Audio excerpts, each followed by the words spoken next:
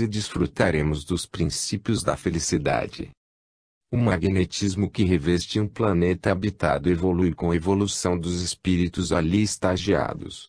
Tudo se depura pela força do progresso, obediente ao tempo e às bênçãos de Deus.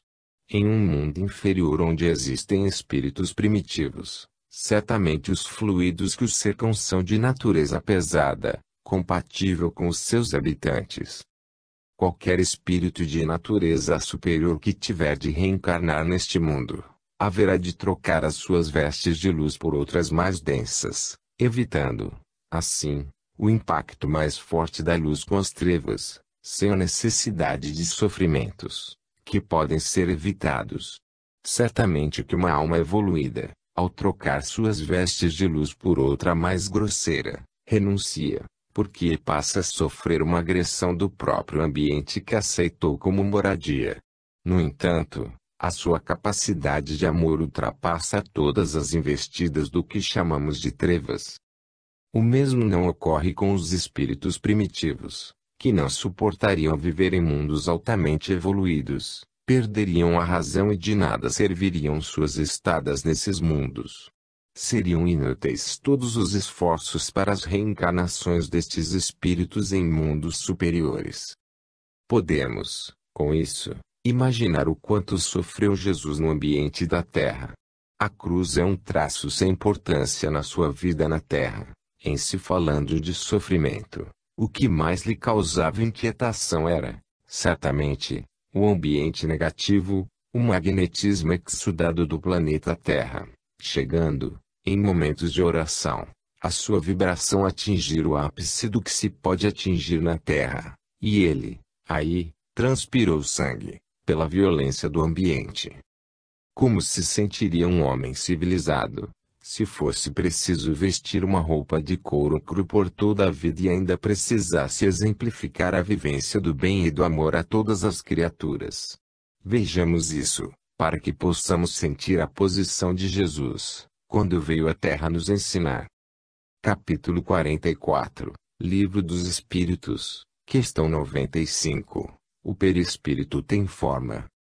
O perispírito não tem forma, no entanto, ele é obediente à determinação do espírito, e conserva aquela que o espírito lhe dá, inspirado na forma esquematizada pelos instrutores da humanidade, que se reflete no corpo físico. Assim como o perispírito toma as dimensões engendradas pelo espírito, o corpo físico obedece às regras do perispírito na sua formação congênita. Mas, o corpo de carne herda, até certo ponto, muitos traços dos seus ancestrais. A lei de hereditariedade é um fato que a ciência do mundo reconhece. Até certas doenças são assimiláveis para os descendentes, com muita propriedade, e essas hereditariedades, em casos diversos, se interpenetram por vibrações afins. Os males psicológicos são também transferíveis e, em muitos casos, passam para o mundo biológico, e por vezes, de forma bem acentuada. A descoberta do cientista russo Pavlov dos reflexos condicionados é um ponto de partida e apoio para as doenças herdadas ou, por vezes, assimiladas por nós, quando ouvimos alguém falar em doenças, e mesmo a criação de ideias e suas materializações, na psicosfera da Terra, pelos homens decadentes mentalmente. Tudo que se cria mentalmente toma forma e passa a viver no campo propício da vida de quem criou. A ciência oficial fala muito em hereditariedade, contudo, examina essas leis somente no corpo físico. Porém, ela tem mais amplitude na seara mental e é muito mais absorvida pelas emoções semelhantes às dos criadores. O corpo perispirítico é de natureza extraordinária no que tange à sensibilidade. O sistema nervoso do complexo humano recebe do perispírito cargas e mais cargas de energias, de acordo com os sentimentos, capazes de equilibrar todo o soma, como de desarmonizar todos os seus princípios harmoniosos. Depende da educação da alma, e foi sem explicar particularidades que o Evangelho apareceu no cenário do mundo, na sua mais profunda simplicidade, para educar o ser humano. Entretanto, se estudado cientificamente, torna-se o livro mais científico do mundo, por falar das principais verdades ligadas à alma, com todos os seus possíveis corpos e a sua mais elevada harmonização. O perispírito não tem forma definitiva, mas tem forma relativa com o ambiente onde foi criado. O homem, ou mesmo o espírito desencarnado, conhecedor dessas verdades, passa a educar a mente, usando todos os recursos possíveis. É pelos pensamentos que nascem as ideias, e são elas que determinam a qualidade do espírito e o plano em que ele vive na escala dos seres. Os impulsos inferiores desqualificam os sentimentos, enervando as energias sublimadas e tornando-as em magnetismo inferior, de sorte a pesar a carga vibratória e endurecer as sensibilidades do corpo astral, que serve ao espírito como carro de condução, e ele, animalizado, torna-se pesado e de difícil manejo. É qual o animal lerdo que, mesmo sob os mais drásticos açoites, ainda é insensível ao comando. A doutrina dos espíritos, sob a influência do Cristo, vem nos ajudar a sair desse letargismo primitivo e a alcançar o despertamento dos dons espirituais, de maneira a nos libertar da escravidão da ignorância. O perispírito é semimaterial, pela sintonia que deve ter entre o espírito e o corpo. Ele faz a junção dos dois, para que o espírito alcance a luz. Com o tempo e a reforma do homem, pode tornar-se puro, de sorte a ficar mesmo invisível a alguns olhos espirituais, como pode, em muitos casos, ser tão material a ponto de confundir-se com os próprios homens. Capítulo 45, Livro dos Espíritos, questão 96, Igualdade dos Espíritos.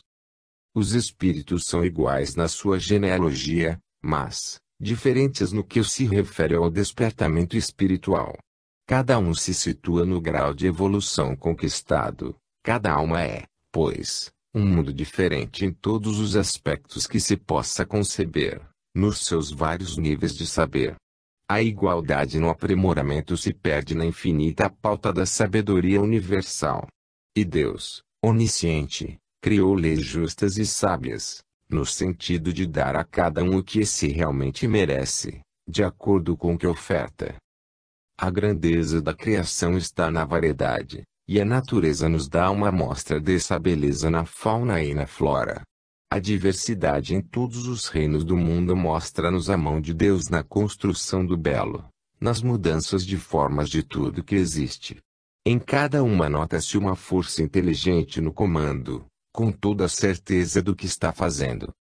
Os espíritos são de diferentes ordens, pelo grau alcançado por cada um, e certamente isso é uma hierarquia espiritual, não por imposição ou dádiva, mas por conquista. É o próprio tempo que trabalha na maturidade do espírito. A superioridade alcançada pelo despertamento espiritual se faz onde quer que seja, sem afrontas, sem agressão e sem comércio. É uma luz que se irradia em todas as direções, abençoando e amando com um único impulso no coração, o da verdadeira fraternidade. No mundo físico pode-se observar como espelho o corpo de carne de um simples camponês e o de um estadista, de uma doméstica e o de uma rainha. Os corpos são semelhantes sem que haja grandes diferenças. Todavia, pelas conquistas alcançadas de uma faixa para outra, nota-se que cada qual se situa em um plano de vida diferente. Ao se verificar mais adiante, e observará que o corpo de um santo e o de um pecador são iguais nas suas estruturas. A formação biológica é a mesma, porém, a vida de um é diferente da do outro, mas Deus dá a ambos a mesma assistência. O que ocorre é que o santo assimila mais as bênçãos do Senhor, compreende suas leis e as respeita, e o pecador ainda se encontra cego e surdo ao chamado de Deus. No mundo espiritual existem igualmente essas divisões, não por favorecimento, mas por justiça. Colhemos justamente o que plantamos na lavoura da consciência, e ela nos responde fielmente pelo que somos. Eis aí o amor daquele que fez todas as leis, e assiste todas as criaturas, filhas do seu magnânimo coração. Nunca faltam escolas para todos, e cada um recebe o de que precisa na escala a que pertence. Porém, o modo de ensinar de Deus é bem diferente do dos homens. Ele, o Senhor, ministra ensinamentos a cada um separadamente, atendendo suas necessidades com todo o empenho de servir e todo o amor de pai que nunca esquece seus filhos. Nós outros é que somos, às vezes, rebeldes e custamos aprender as lições, e em muitos casos aparece em nós a dor, para nos mostrar com mais energia os caminhos do aprendizado. Estamos passando uma fase dolorosa na Terra, um fechamento de ciclo, de duras provações individuais e coletivas. É, pois, uma necessidade de limpeza kármica, como sendo a de um tumor na sociedade a que pertences. Não há outro recurso, a não ser o da própria dor, em formas variáveis, para despertar o coração da humanidade para o amor, aquele que Jesus viveu e ensinou. Um dia, certamente seremos todos iguais, mesmo em se falando daqueles espíritos que já atingiram a pureza, basta atingirmos a maturidade que eles já conquistaram.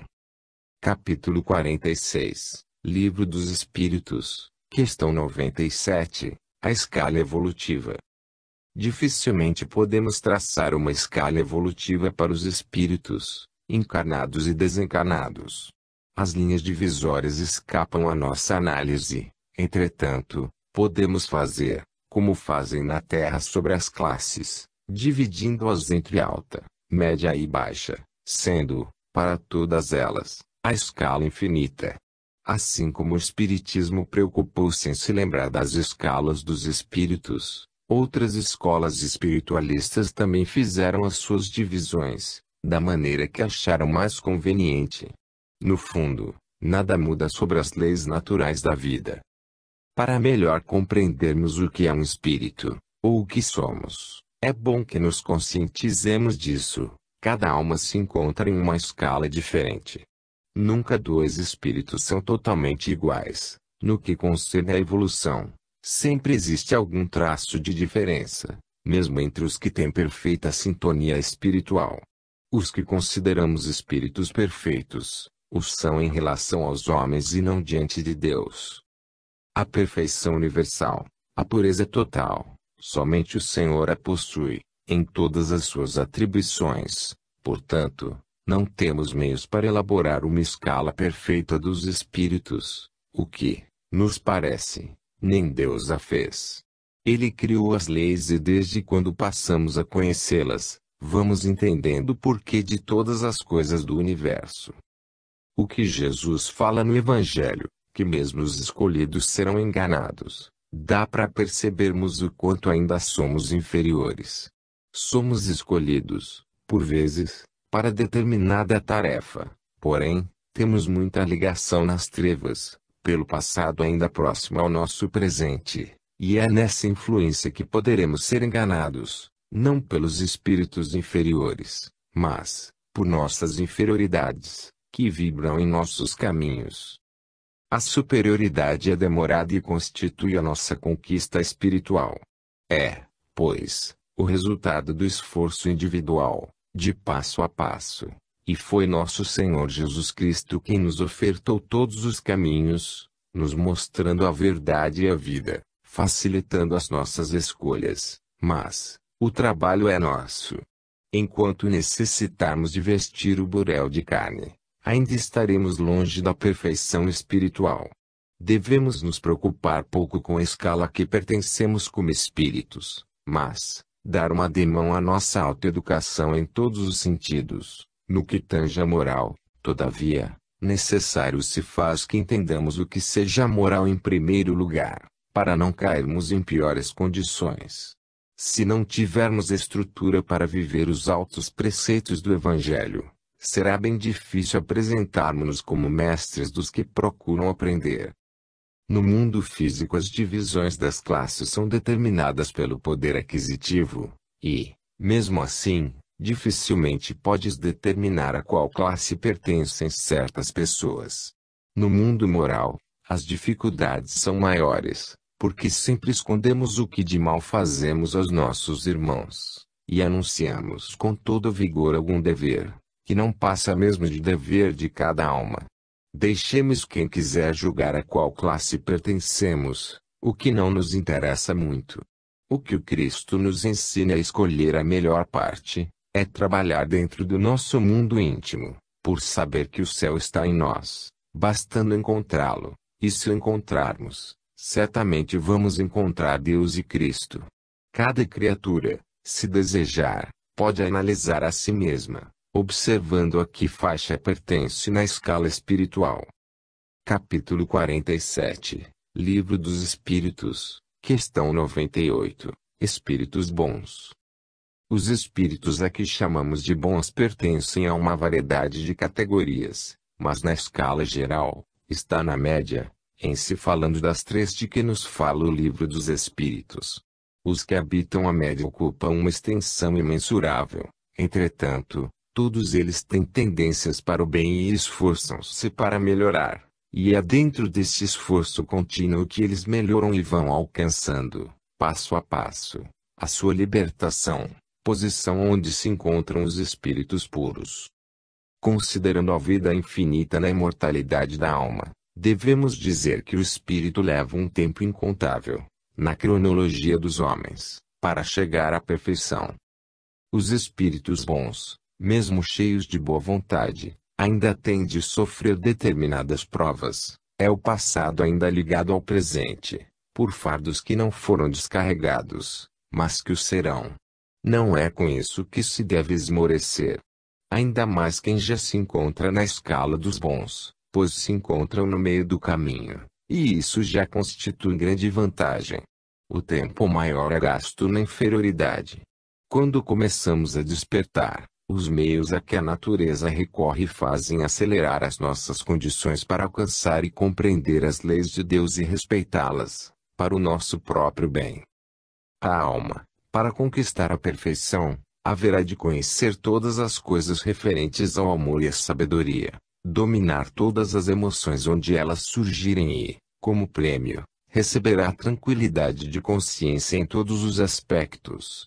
O espírito, na pureza em que a falamos, não tem mais nada que aprender na terra. Em sua estrutura espiritual, atrofia-se a razão, para florescer, em seu lugar, a intuição. Não precisa raciocinar para conhecer, porque lá conhece. A terra está cheia de espíritos da terceira ordem, e bastante da segunda, porém, os de primeira ordem vêm, por misericórdia, a ela, como bênção de Deus, para abençoar os de boa vontade e fortalecê-los cada vez mais no bem que pretendem fazer.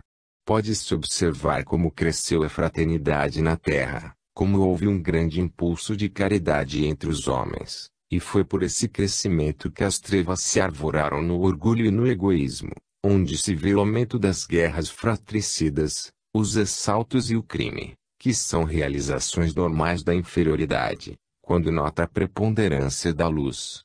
Nada está piorando nas civilizações que ocupam a Terra. Isso é normal em todo fechamento de ciclo, para abrir outro, despertando a potencialidade dos corações que vão viver e dirigir materialmente os destinos dos povos, sob a influência dos espíritos superiores, em nome de Cristo, que dirige os destinos dos espíritos até a consumação dos séculos. Os espíritos bons passarão a ser espíritos puros na forja do tempo e nas bênçãos da dor. Verifiquemos o quanto Deus é bom. A ajuda visível de nosso Senhor Jesus Cristo, por todos os meios, na sustentação da vida, tem adiado muitas catástrofes por causa de alguns que estão aprendendo a amar e se exercitando na caridade. Pedimos que continuem, porque enquanto houver alguma luz acesa, ela dominará as trevas e afastará o monstro de todas as discórdias. Que os espíritos bons, encarnados e desencarnados, possam se tornar melhores, de forma que os melhores possam orientar-se no equilíbrio, favorecendo a todos na conquista do amor verdadeiro e santo. Capítulo 48, Livro dos Espíritos, questão 99, Espíritos inferiores. Essa é uma categoria de espíritos que nunca podemos determinar dentro de uma só espécie. Existe nela variedade de sentimentos, como de posição na escala de elevação espiritual. Contudo, são almas ainda inferiores que desconhecem o valor do bem, e não sentem tendência alguma para a caridade. Antes, procuram menosprezar o bem e mesmo atrapalhar quem começa a melhorar as suas condições de benevolência. São espíritos zombeteiros, brincalhões e muitas vezes, maus, mentirosos, egoístas e orgulhosos.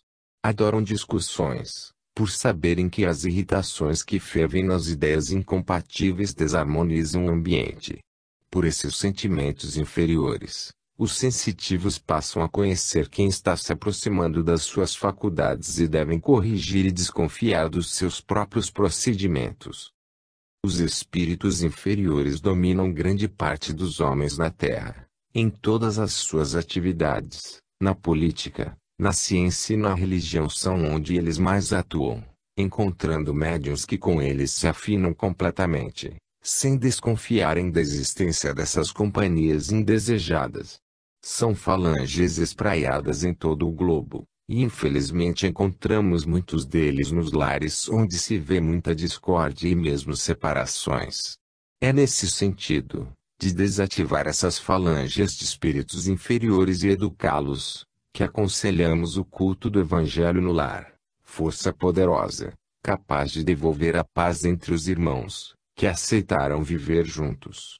As organizações de caridade são também muito atuadas por eles, que não têm outro serviço, a não ser perturbar os ambientes que desejam e trabalham para a paz.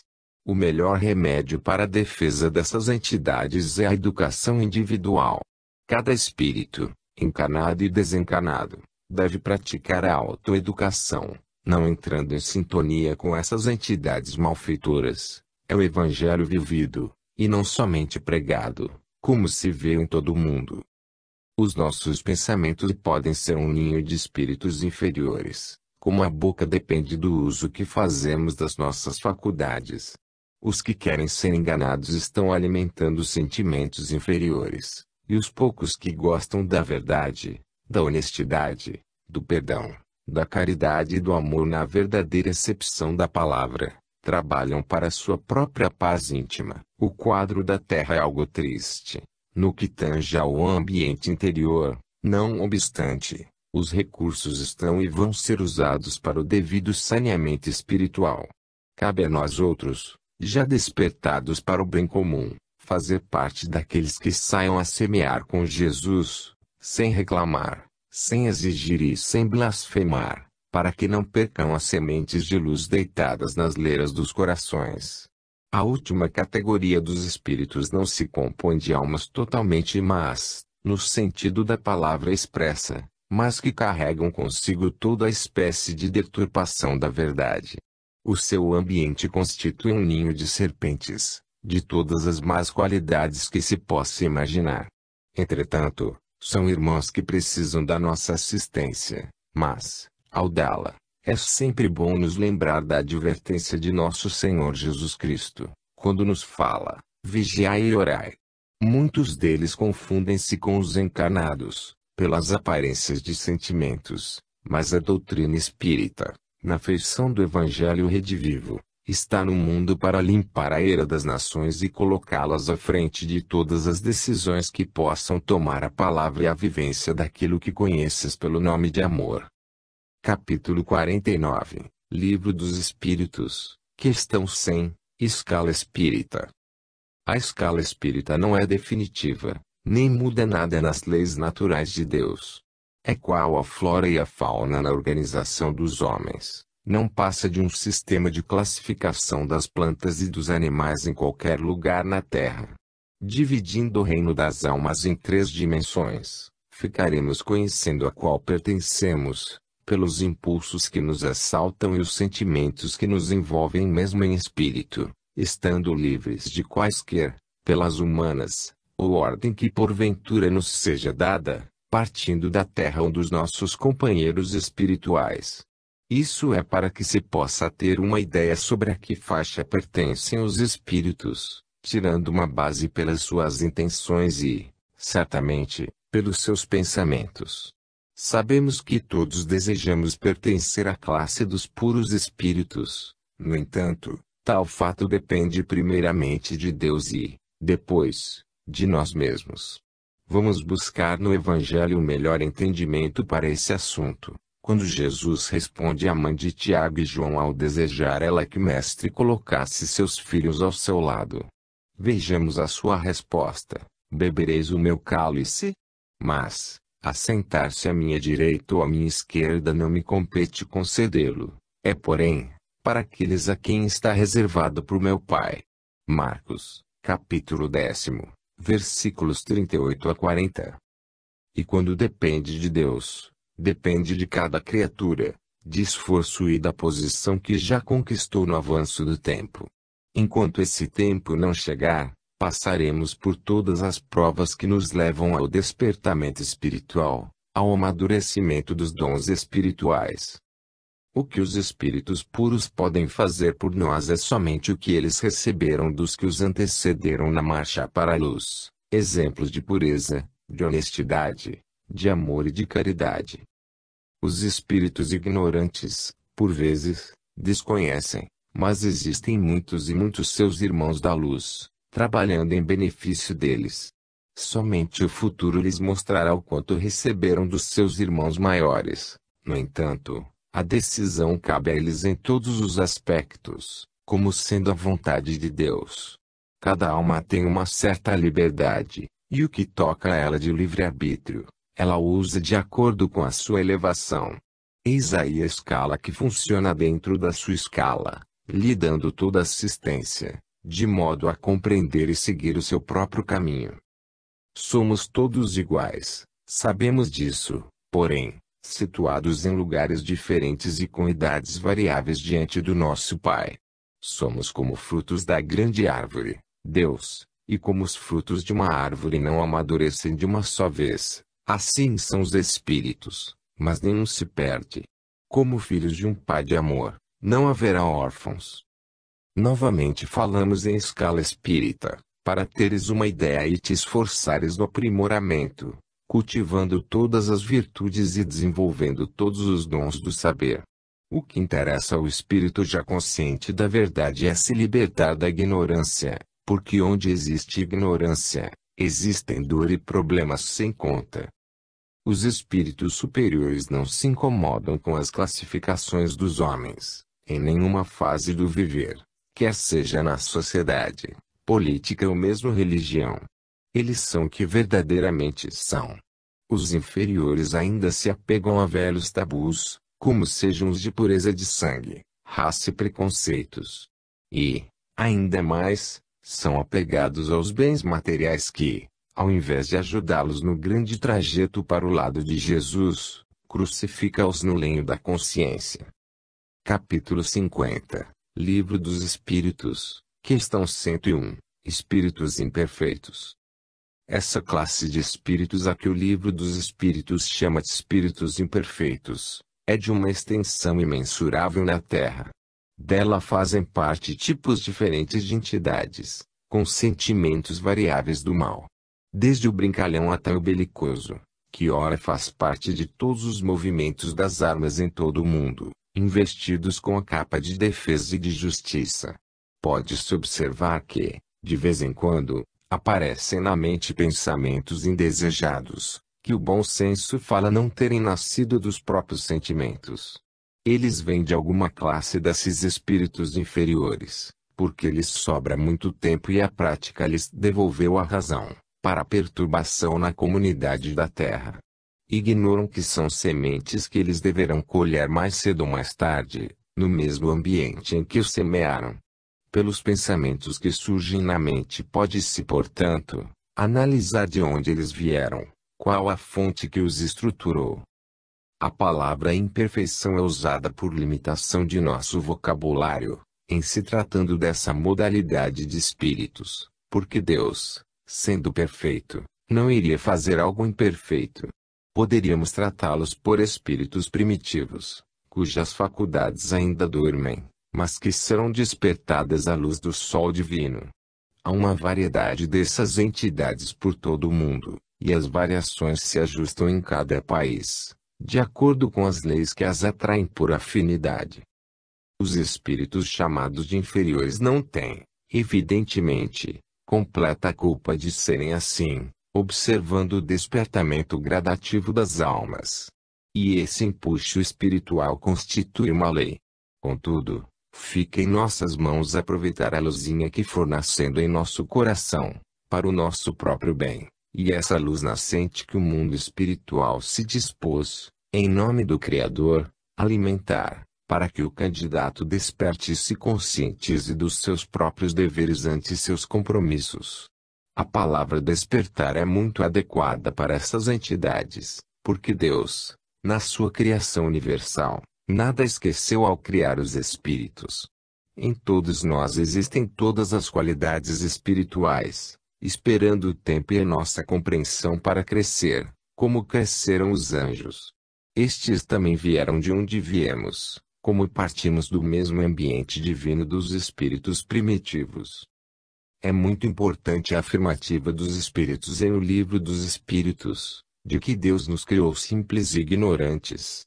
Mas, acrescentamos, com todos os valores em estado latente que, a qualquer momento, acordam para a felicidade porque foram criados. O índio ou o bugre têm as mesmas qualidades dos santos e dos sábios, e recebem de Deus as mesmas bênçãos.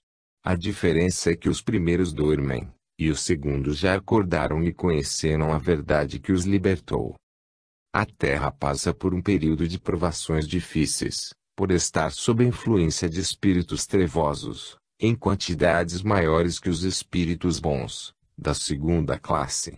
Mas, os bons, mesmo em menor números, sairão vitoriosos, e a casa terrena passará a ser dirigida por eles, com a intuição dos espíritos angélicos. O raciocínio dos espíritos ignorantes é de que tudo morre com o corpo, que não há proteção espiritual para a humanidade, que cada criatura menor vive sob a agressão da maior, que Deus, se existe, não tem tempo de olhar tudo o que criou, e assim sucessivamente. São ideias de espíritos que desconhecem a realidade da vida espiritual, devido às faixas em que vivem. Capítulo 51, Livro dos Espíritos, questão 102, Classificação dos Espíritos. A classificação dos espíritos é infinita, no entanto, obedece a certa ordem para um melhor entendimento. Vamos falar nesta mensagem sobre os espíritos impuros, nos quais podemos identificar fraquezas, no que tange ao convívio com os outros, seus próprios irmãos.